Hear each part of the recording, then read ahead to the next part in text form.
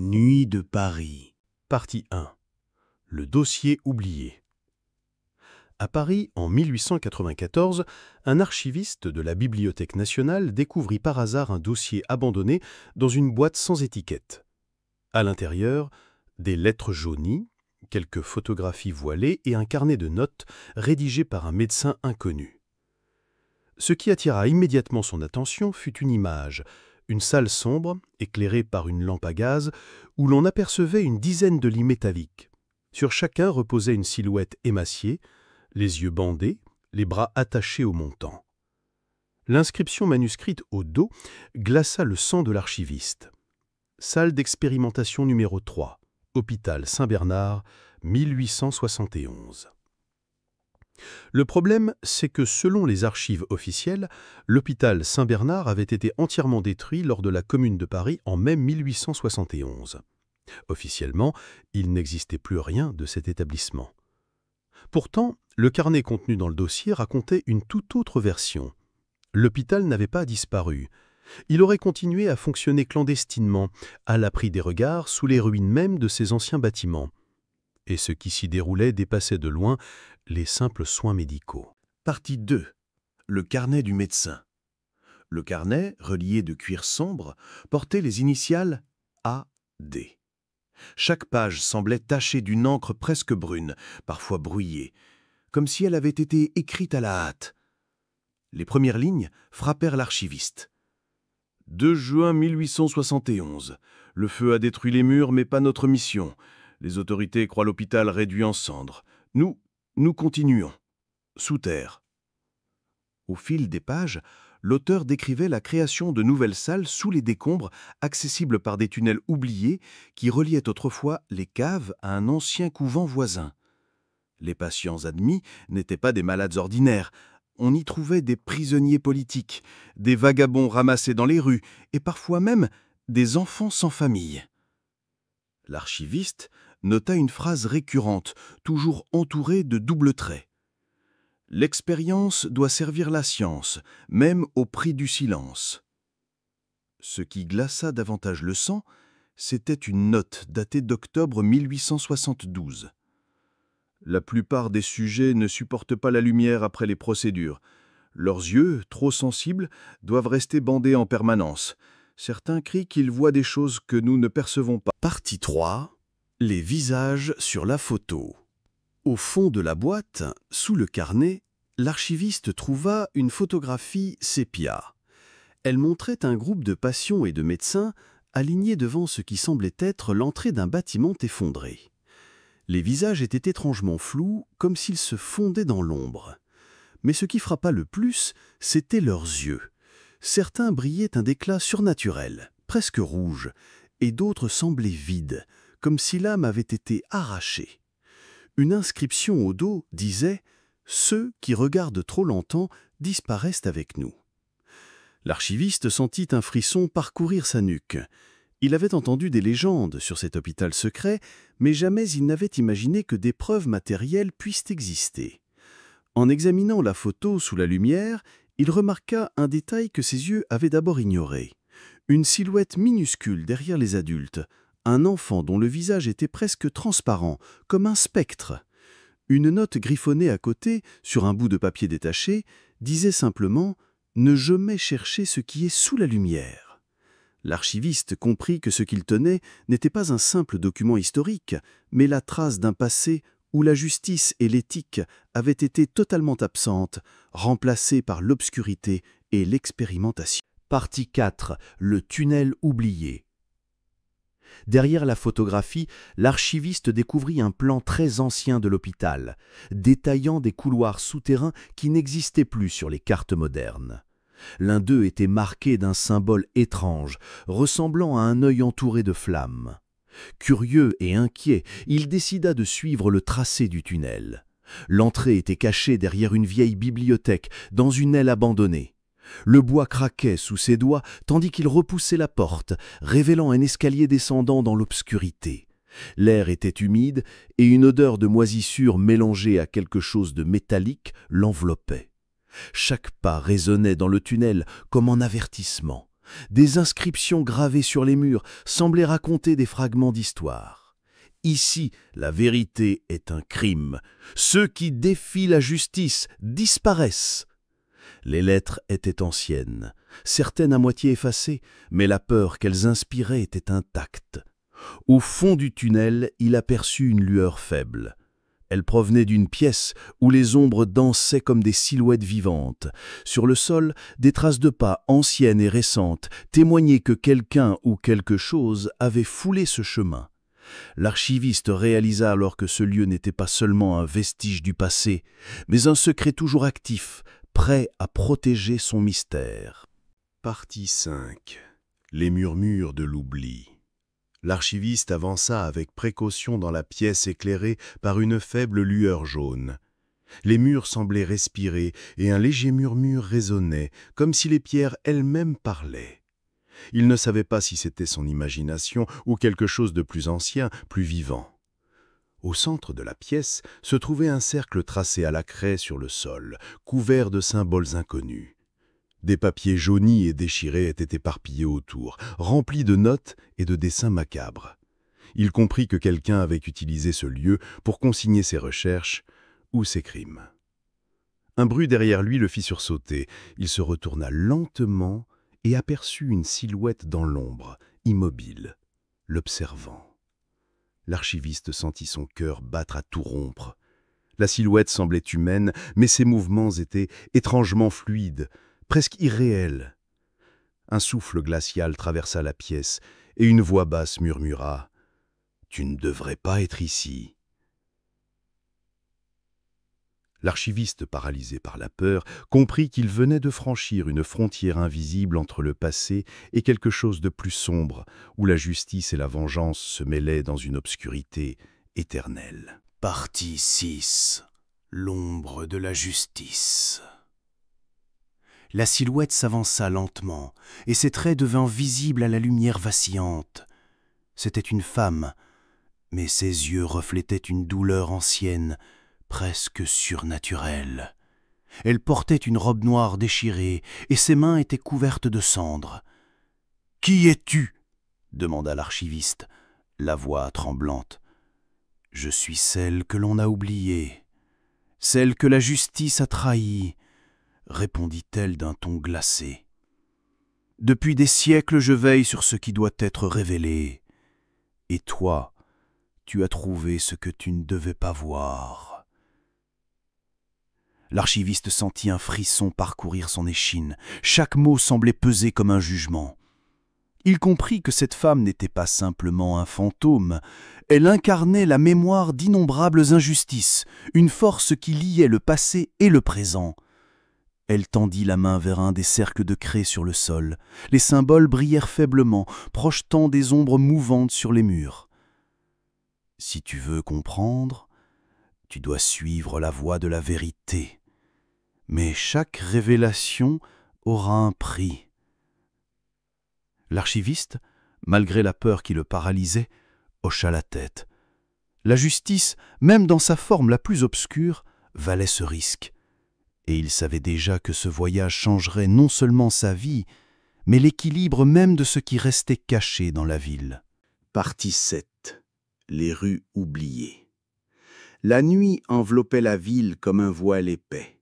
L'archiviste suivit la silhouette à travers des ruelles étroites, où la pierre humide semblait murmurer des secrets anciens. Chaque pas résonnait comme un avertissement. Certaines vérités ne devaient jamais être réveillées. « Ici, dit-elle en s'arrêtant devant une porte scellée. C'est l'endroit où la justice a failli. Des âmes y sont restées, oubliées, condamnées par la lâcheté de ceux qui avaient le pouvoir de changer les choses. » Elle poussa la porte et un souffle glacial s'échappa.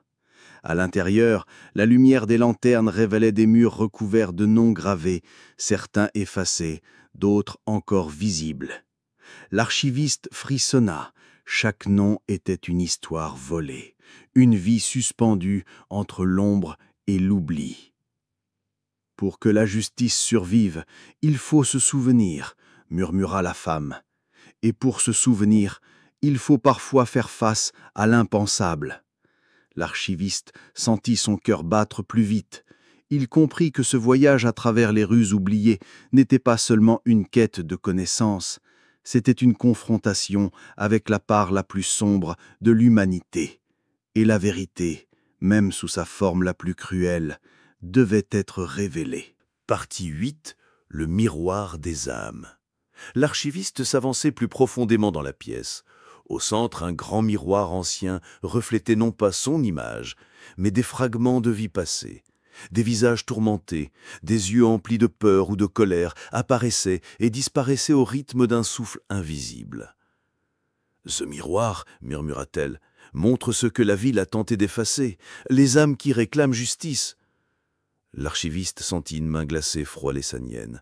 Il se retourna, mais la pieuse semblait vide. Pourtant, un murmure persistant remplissait l'air.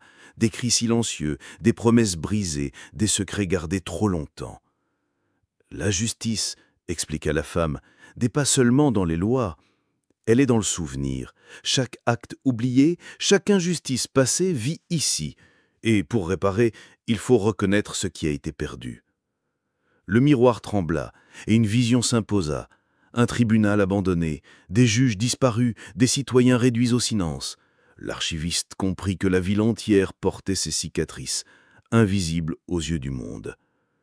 « Nous devons les entendre, dit-il enfin, sinon leur colère nous consumera aussi. » Partie 9. Les voix du passé. L'archiviste ferma les yeux et se concentra sur les murmures du miroir. Lentement, les voix se précisèrent.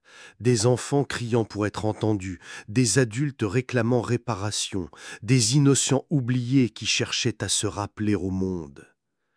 Chaque voix portait un poids, injustice, trahison, tracas que le temps n'avait jamais apaisés. Il réalisa que la ville, malgré son apparente grandeur, était construite sur des histoires non racontées, des ombres que personne n'osait affronter. La femme, à ses côtés, lui murmura. Ces voix, elles ne demandent pas vengeance, mais justice. Comprends-les et tu commenceras à réparer. Soudain, les voix se transformèrent en visions. Scènes de disputes dans les rues, trahisons silencieuses dans les bureaux, promesses oubliées dans les maisons closes. L'archiviste sentit une colère sourde monter en lui. Combien de vies avaient été brisées sans que personne n'agisse ? « Nous devons agir maintenant, dit-il déterminé. Pas demain, pas quand ce sera trop tard, maintenant !» Le miroir vibra comme s'il approuvait ses paroles, et les voix se calmèrent, laissant derrière elles un silence lourd, mais porteur d'espoir. Partie 10. L'appel des ruelles. La nuit tombait sur la ville comme un voile épais. L'archiviste, guidé par le miroir, se retrouva dans des ruelles étroites où l'ombre semblait plus dense que la lumière. Les pavés étaient usés, témoins silencieux de siècles de secrets et de crimes étouffés. À chaque coin, il entendait des chuchotements, des appels à l'aide, des murmures de révolte, des soupirs de douleur. Ces ruelles racontaient une histoire que les grands avenues ne pouvaient jamais montrer. Ici, la misère et la trahison avaient trouvé refuge, et la justice semblait d'un concept lointain. Une silhouette surgit de l'obscurité. C'était un jeune garçon aux yeux brillants, presque surnaturel. « Vous cherchez la vérité ?» demanda-t-il. Sa voix résonnait comme un écho du passé. « Si vous voulez comprendre, il faudra descendre plus bas, au cœur de ce que personne ne veut voir. » L'archiviste sentit un mélange de peur et de détermination. Il savait que chaque pas dans ces ruelles l'éloignait de la sécurité et l'approchait de la vérité. Mais il comprit aussi que cette vérité, bien que dangereuse, était la clé pour rendre justice aux voix oubliées. Le garçon fit un signe, et une porte discrète apparut entre deux murs. « C'est ici que tout commence vraiment », murmura-t-il. Partie 11. La porte des secrets. L'archiviste prit une profonde inspiration avant de franchir la porte que le garçon avait désignée. Derrière elle, un escalier étroit et glissant s'enfonçait dans l'obscurité. L'air était lourd, chargé d'odeurs anciennes. Poussière, moisissure et quelque chose de plus intangible comme le souvenir des âmes oubliées. À chaque marche, le silence devenait presque palpable. Les murs, recouverts de gravures indistinctes, semblaient raconter des histoires de trahison et de vengeance. L'archiviste sentit que le passé lui parlait directement. Chaque symbole et chaque fissure lui murmurait ce que la ville avait caché pendant des siècles. Le garçon marchait à ses côtés, silencieux, mais ses yeux brillaient d'une lueur étrange, comme s'il voyait au-delà de la réalité visible. « Ici, la justice n'est pas ce que vous imaginez, » dit-il enfin. « Elle est parfois cruelle, mais toujours nécessaire. » Au bas de l'escalier, une immense salle souterraine s'ouvrit. Des étagères infinies débordaient de livres et de parchemins oubliés. Mais ce qui frappa le plus l'archiviste, c'étaient les chaînes et les cages suspendues, témoins des punitions et de secrets que personne n'osait révéler en surface. Le garçon se tourna vers lui. « Chaque vérité a son prix. Êtes-vous prêt à payer le vôtre ?» Partie 12. Les murmures du passé. L'archiviste se figea un instant, contemplant les chaînes et les cages suspendues. Chaque objet semblait porter en lui un écho des souffrances passées, des cris étouffés que le temps n'avait pas réussi à effacer. Il s'approcha d'une étagère poussiéreuse et toucha un vieux manuscrit, ses doigts effleurant la couverture craquelée. Le garçon le regarda avec intensité. « Ces murs ont vu plus que quiconque n'ose imaginer. La justice ici n'est pas une abstraction. Elle est tangible, incarnée par chaque victime et chaque traître. » L'archiviste sentit un frisson parcourir son échine. Des murmures indistincts semblaient se glisser entre les ombres, comme si les anciens détenus tentaient de raconter leur histoire. Mais plus il écoutait, plus il comprenait que la vérité était fragmentée, cachée dans des détails que seuls les plus attentifs pouvaient déchiffrer. Il ouvrit le manuscrit. Les pages étaient couvertes de symboles et de dessins macabres. Certains représentaient des actes de trahison, d'autres des cérémonies obscures. L'archiviste sentit une colère sourde monter en lui. Derrière cette façade d'ordre et de grandeur, la ville avait bâti sa prospérité sur le mensonge et l'injustice. « Alors, qu'attendons-nous » demanda-t-il au garçon, la voix tremblante mais résolue. « De rendre justice, même si cela signifie réveiller les ténèbres. » Partie 13. L'ombre du passé. La nuit tombait sur les toits humides de la grande ville. Les lampadaires diffusaient une lumière vacillante, projetant des ombres longues et inquiétantes. L'archiviste et le garçon se glissèrent dans une ruelle étroite, où l'air sentait la pierre froide et l'humidité stagnante. Chaque pas semblait résonner, éveillant des échos lointains de secrets oubliés.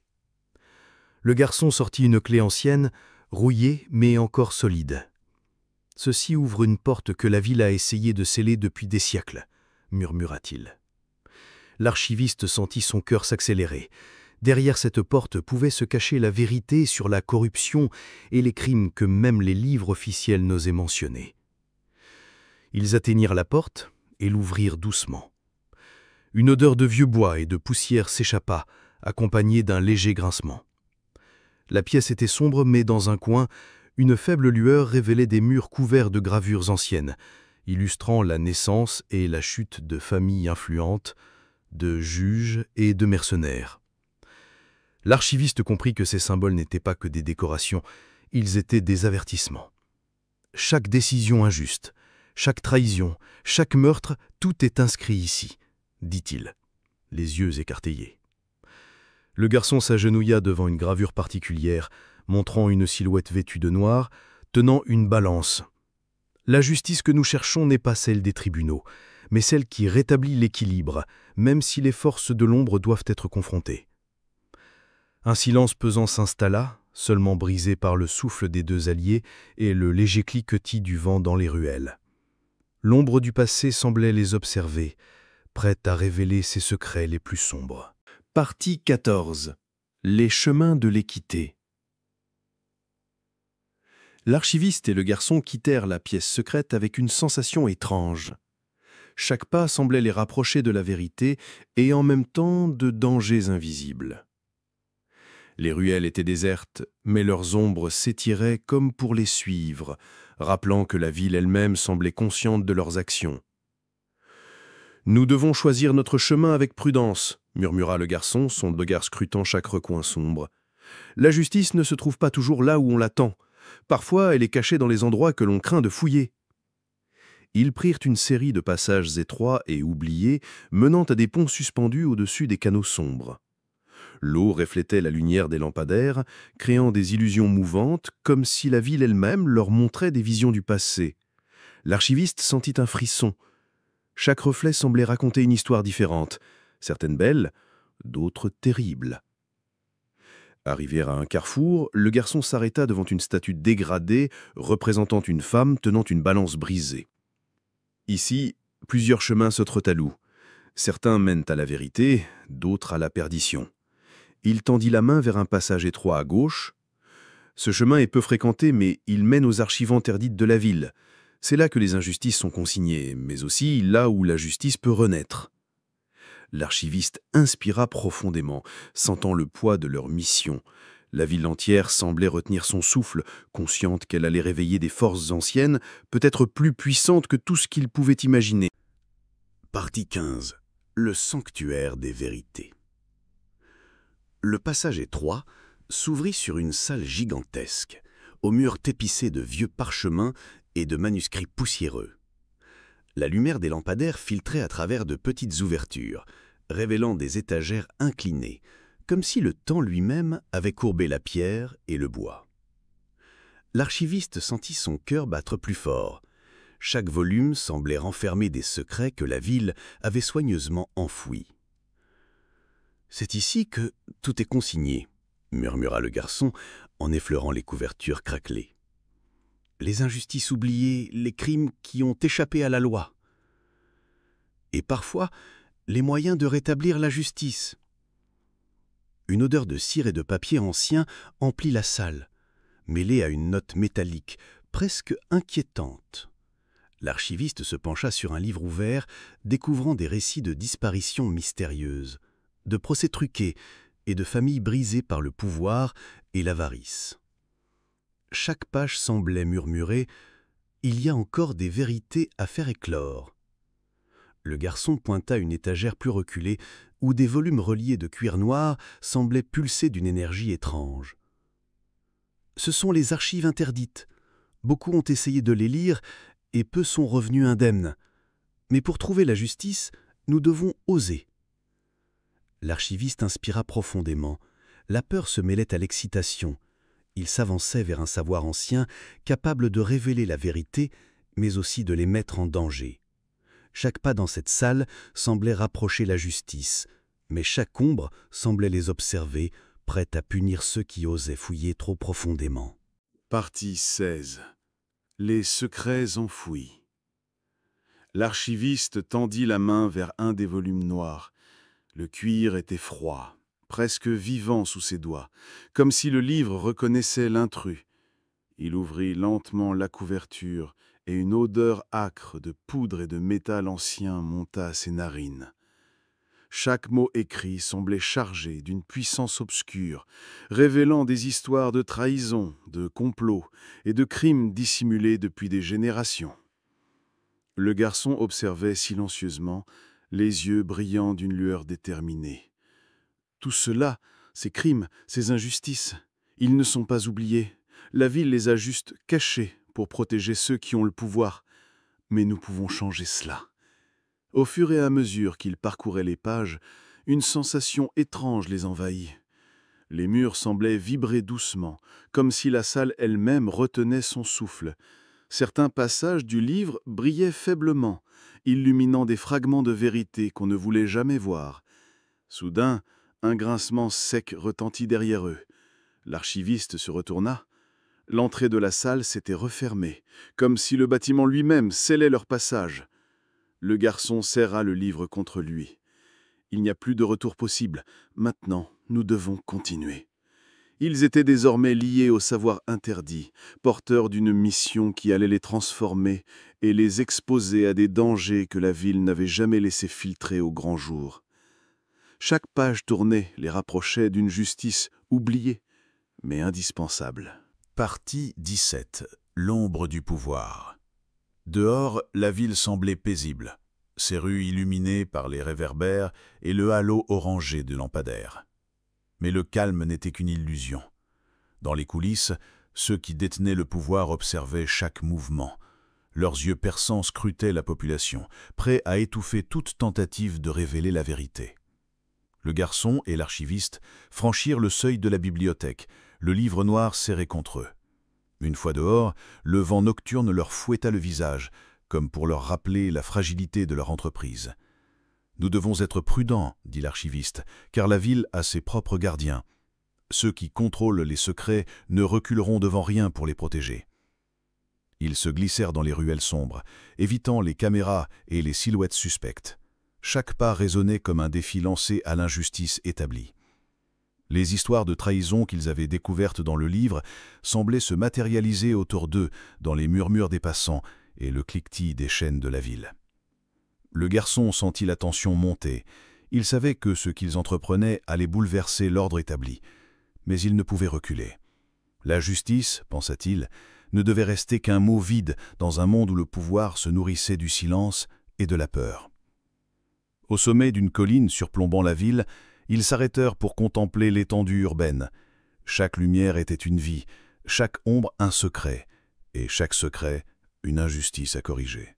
Partie 18. La rencontre imprévue. Alors qu'ils descendaient la colline, un bruit léger mais distinct les fit sursauter. Une silhouette encapuchonnée se tenait à l'ombre d'une ruelle adjacente, les observant avec insistance. Le garçon fit un pas en avant, prêt à demander qui était cette personne. Mais l'archiviste le retint. « Ne parle pas tout de suite, » dit-elle à voix basse. « Certaines rencontres peuvent changer le cours de notre quête, pour le meilleur ou pour le pire. » La silhouette s'avança lentement, révélant un visage jeune mais marqué par la fatigue et les épreuves. Ses yeux brillaient d'une détermination inhabituelle. « Je sais ce que vous cherchez, » murmura-t-il, « et je peux vous aider, mais vous devez me faire confiance. » Le garçon et l'archiviste échangèrent un regard chargé de méfiance et de curiosité. La justice, leur rappelait l'archiviste, n'était jamais simple et n'arrivait jamais seule. Il fallait parfois accepter des alliances imprévues pour avancer dans un monde où la vérité se cachait derrière des murs épais. Le garçon sentit son cœur battre plus vite. Cette rencontre, pensait-il, pourrait être le tournant de leur quête, un point de bascule entre la lumière et l'ombre. Pourtant, une question demeurait. Pouvait-on vraiment faire confiance à quelqu'un rencontré dans la nuit, alors que la ville elle-même semblait conspirer contre eux? Ils décidèrent de suivre la silhouette mystérieuse, espérant que son aide ne transformerait pas leur mission en un piège mortel. Chaque pas les rapprochait de la vérité, mais aussi des dangers qu'ils n'auraient pas encore imaginés. Partie 19. Les secrets dévoilés. La silhouette les conduisit à travers des ruelles étroites et sombres, jusqu'à un ancien entrepôt abandonné, à moitié effondré. À l'intérieur, la lumière des lanternes révélait des piles de parchemins, des cartes anciennes et des documents couverts de poussière. L'odeur de vieux bois et de cire flottait dans l'air, renforçant le sentiment que ce lieu avait été oublié depuis longtemps. « Voici ce que vous cherchiez, » dit la silhouette, déposant un dossier épais sur une table branlante. « Mais prenez garde, certaines vérités sont lourdes à porter. » L'archiviste ouvrit le dossier avec précaution. Les documents racontaient des histoires de trahison, de corruption et de complots tordus dans les hautes sphères de la ville. Le garçon frissonna. Chaque page révélait un fragment de la justice bafouée, de la lumière étouffée par les ombres. « Tout cela, c'est vrai ?» demanda le garçon. La silhouette hocha la tête. « Malheureusement, oui, mais vous pouvez changer le cours des choses. Pas seul, mais ensemble. » L'archiviste échangea un regard avec le garçon. La décision qu'ils allaient prendre ici pourrait définir le destin de nombreux innocents. Chaque mot, chaque preuve, chaque geste devenait un choix moral. agir pour la justice ou rester dans l'ombre et fermer les yeux. Le garçon sentit le poids de la responsabilité s'abattre sur ses épaules. Il savait que le chemin devant eux serait semé de pièges et de mensonges, mais pour la première fois, il comprit que la vérité avait un prix et que la justice demandait parfois des sacrifices. Partie 20. L'ombre de la trahison. À peine eurent-ils quitté l'entrepôt que le garçon sentit un frisson parcourir son échine. Les rues semblaient plus étroites, plus oppressantes qu'avant.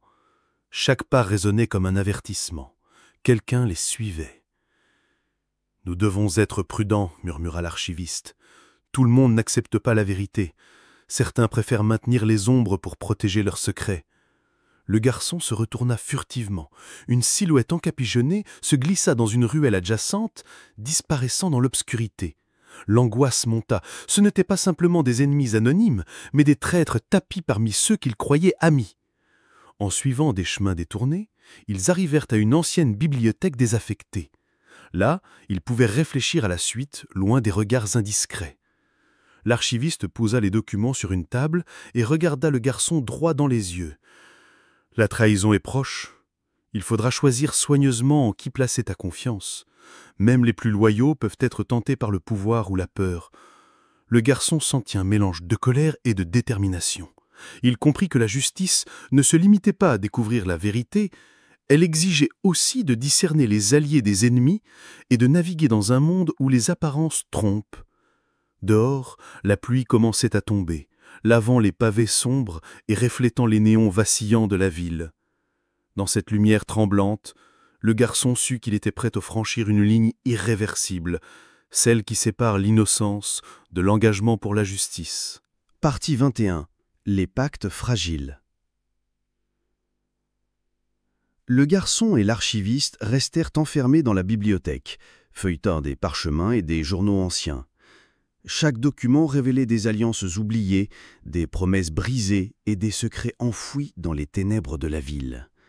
« La justice ne se construit jamais seule », dit l'archiviste en pointant une note jaunie. « Même dans les pires situations, il faut parfois former des pactes fragiles avec ceux que l'on méprise ou dont on doute. » Le garçon sentit une tension étrange. Il comprenait que chaque choix pouvait avoir un prix énorme. Une erreur, et ils perdraient non seulement leur mission, mais peut-être leur vie.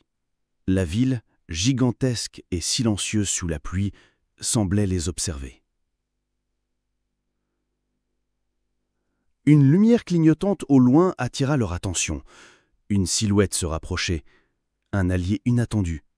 Quelqu'un dont ils avaient oublié l'existence, mais dont les informations pourraient changer le cours de leur quête. « Nous n'avons pas le luxe de refuser l'aide, » murmura l'archiviste. « Même dans les pactes les plus fragiles, vaut mieux l'isolement total. » Le garçon hocha la tête, sentant le poids de la responsabilité s'alourdir sur ses épaules. Dans cette ville, la justice ne se gagnait pas seulement par la vérité, elle se tissait patiemment, alliance après alliance, en tout temps gardant l'œil ouvert pour la trahison qui rôdait. Dehors, les rues semblaient plus vivantes, mais la menace restait palpable. Chaque pas, chaque rencontre, chaque secret découvert rapprochait le garçon d'un choix qui pourrait changer la ville pour toujours. Partie 22. Les murmures du passé. Dans un couloir oublié de la bibliothèque, le garçon entendit des murmures. Pas des voix humaines, mais des échos de souvenirs anciens, enfermés dans les murs et les livres. Chaque mot semblait lui raconter des histoires de trahison, de vengeance et de justice oubliée. L'archiviste posa sa main sur une vieille porte de chêne. Ces murs ont gardé les secrets des siècles. Les entendre, c'est comprendre ce que les hommes ont voulu cacher.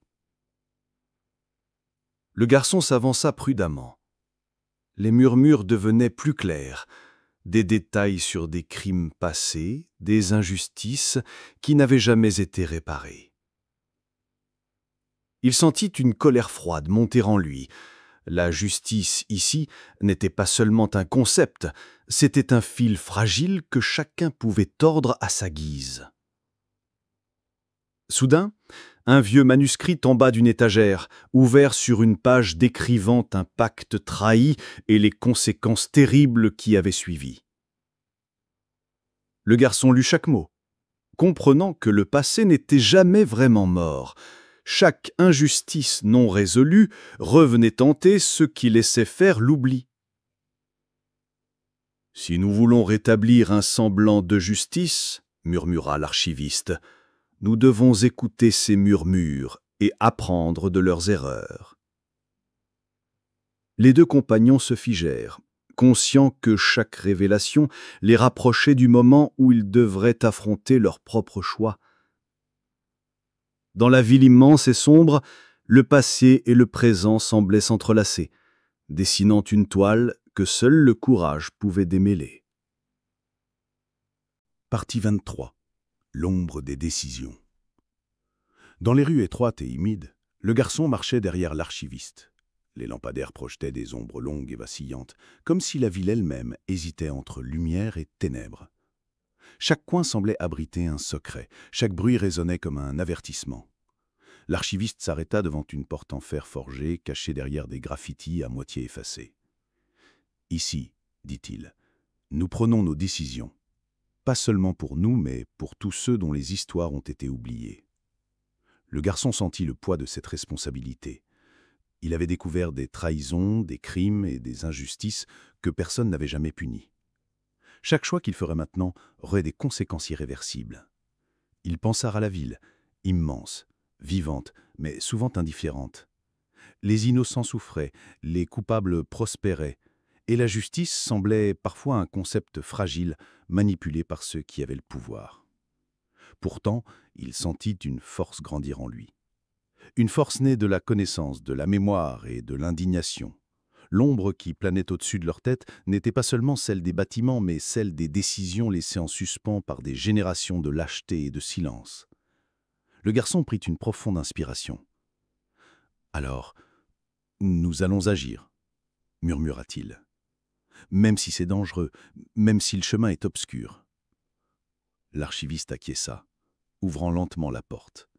Derrière, une pièce remplie de cartes anciennes, de notes et de lettres, révélait un réseau de crimes et de corruption qui s'étendait bien au-delà de ce que le garçon avait imaginé. Partie 24. Les fils de la vérité. La pièce était silencieuse, à l'exception du froissement des papiers que l'archiviste manipulait avec précaution. Chaque document, chaque lettre, chaque carte racontait une histoire différente, mais toutes convergeaient vers un même point. La corruption s'étendait comme un poison dans les structures mêmes de la ville. Le garçon s'approcha d'une grande table en bois, recouverte de plans et de photographies anciennes. Des fils rouges et bleus reliaient des noms, des lieux et des dates, créant un réseau complexe, presque vivant. L'archiviste expliqua. Chaque fil est une vérité que nous devons suivre. Certains mènent à la justice, d'autres à des dangers que tu n'imagines même pas. Le garçon sentit un frisson parcourir son échine. Chaque fil représentait un choix, une action ou une inaction. La justice n'était pas automatique, elle demandait du courage, de la patience et parfois du sacrifice. « Et si nous échouons ?» demanda-t-il. L'archiviste le regarda avec gravité. « Alors les innocents continueront de souffrir, et l'ombre s'étendra encore davantage. Mais si nous réussissons, alors la ville se souviendra. Et ceux qui croyaient que la justice était morte réaliseront qu'elle pouvait renaître. » Le garçon prit une profonde respiration, son regard se fixant sur le fil rouge le plus épais, celui qui semblait connecter les plus grands secrets de la ville. Il savait que suivre ce fil serait dangereux, mais c'était la seule voie pour révéler la vérité et rétablir un équilibre fragile. Le temps pressait, chaque minute perdue permettait à l'injustice de se renforcer. Il fallait agir, même dans l'ombre, même lorsque la peur menaçait de paralyser le courage. Partie 25. L'éveil des ombres. La nuit était tombée sur la ville et les ruelles s'étaient transformées en labyrinthe de mystères. Les lampadaires projetaient des éclats de lumière vacillante sur les pavés humides, créant des silhouettes qui semblaient danser avec l'ombre. Le garçon avançait prudemment, suivant le fil rouge qu'il avait découvert dans les archives. Chaque pas semblait éveiller des forces invisibles, des murmures qui glissaient entre les murs anciens. Il comprit rapidement que la justice ne se trouvait pas seulement dans les documents ou les preuves. Elle se cachait dans les choix que chacun faisait, dans les alliances inattendues, dans les sacrifices silencieux. Dans l'ombre, il croisa une silhouette qu'il observait depuis un coin sombre. Ses yeux brillaient d'une intensité presque surnaturelle. « Je sais pourquoi tu es ici », murmura la voix grave. « Mais es-tu prêt à affronter ce que tu vas découvrir ?» Le garçon hésita un instant, puis hocha la tête. Le danger n'avait plus d'importance. Ce qui comptait, c'était la vérité. Il suivit la silhouette qui le guida à travers des passages secrets, des escaliers oubliés et des portes scellées depuis des décennies. Chaque obstacle renforçait sa détermination. À mesure qu'il s'enfonçait dans les ténèbres, il réalisa que la ville elle-même semblait respirer, observer et juger. Les ombres n'étaient pas simplement des absences de lumière, elles étaient les gardiennes des secrets, des erreurs passées et des promesses brisées. Et maintenant, elles allaient lui montrer la voie. Partie 26. Les murs ont des oreilles.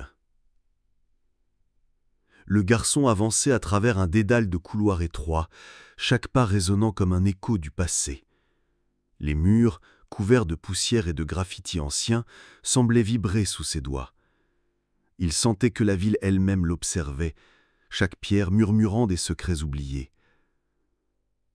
La silhouette qui le guidait s'arrêta devant une porte massive en bois noirci par le temps.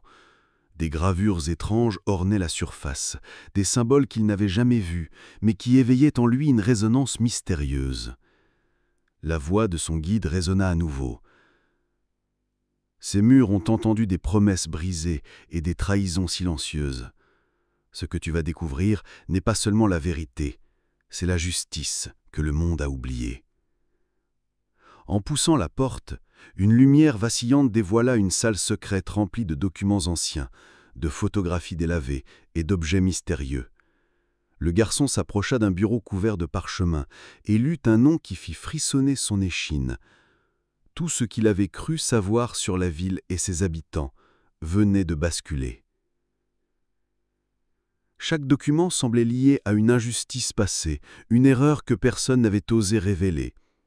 Il comprit que son rôle n'était pas seulement de découvrir la vérité, mais de décider comment la justice devait être rendue dans ce labyrinthe de mensonges. Les murs avaient écouté, et maintenant, ils attendaient qu'il parle. Partie 27. La balance de la vérité. Le garçon resta un long moment immobile devant les parchemins, sentant le poids de chaque secret révélé peser sur ses épaules.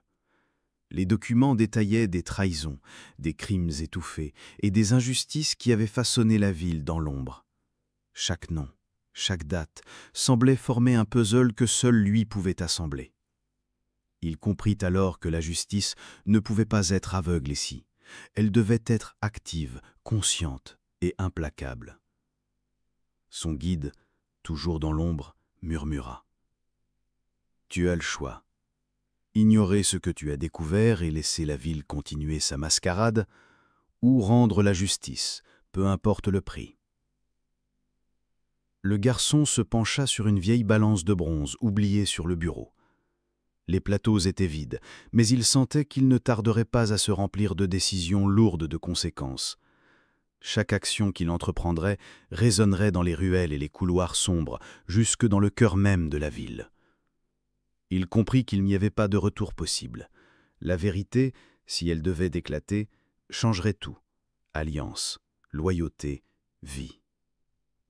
Et pourtant, malgré la peur, une détermination nouvelle brûlait en lui.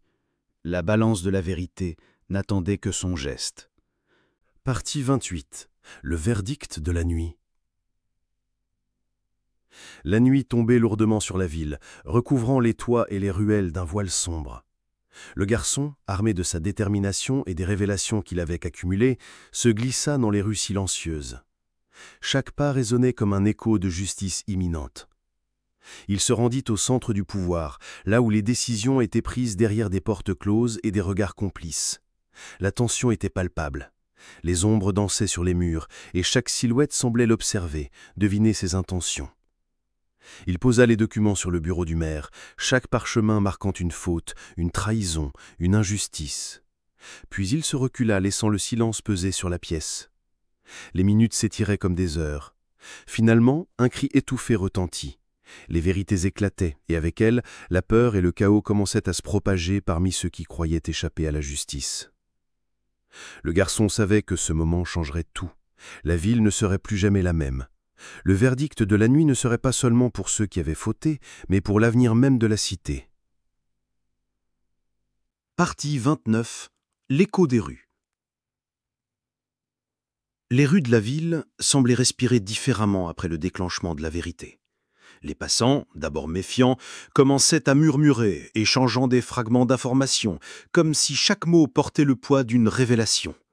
Les lampadaires projetaient des halos jaunes, éclairant à peine les visages marqués par l'inquiétude et la curiosité. Le garçon marchait parmi eux, invisible mais attentif. Chaque ruelle, chaque coin sombre portait désormais un secret que beaucoup craignaient de voir exposé. Pourtant, dans cette tension, il sentit une lueur fragile, l'espoir qu'un jour, la justice réelle pourrait exister ici.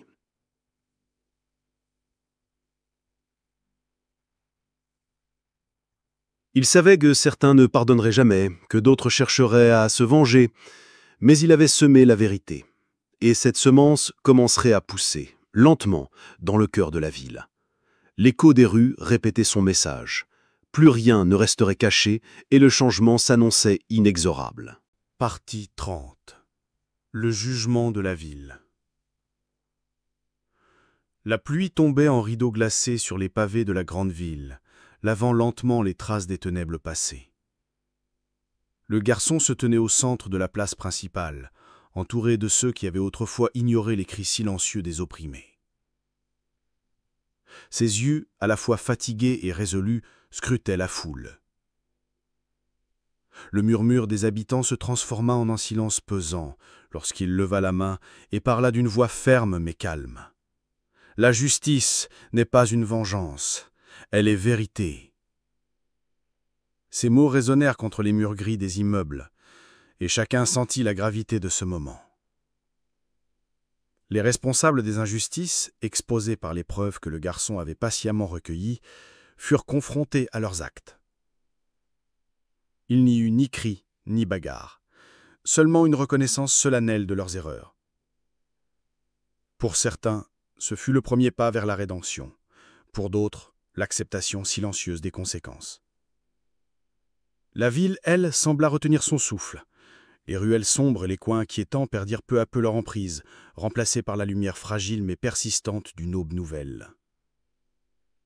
Le garçon baissa la tête, sachant que la justice était un chemin long et que la paix, bien qu'atteinte ce jour-là, nécessiterait encore des efforts. Pourtant, dans ce silence après la tempête, un sentiment de soulagement s'installa. La vérité avait triomphé et la ville pouvait enfin respirer. Le garçon se détourna et marcha vers l'horizon, conscient que chaque acte de courage, même solitaire, pouvait changer le destin d'une cité entière.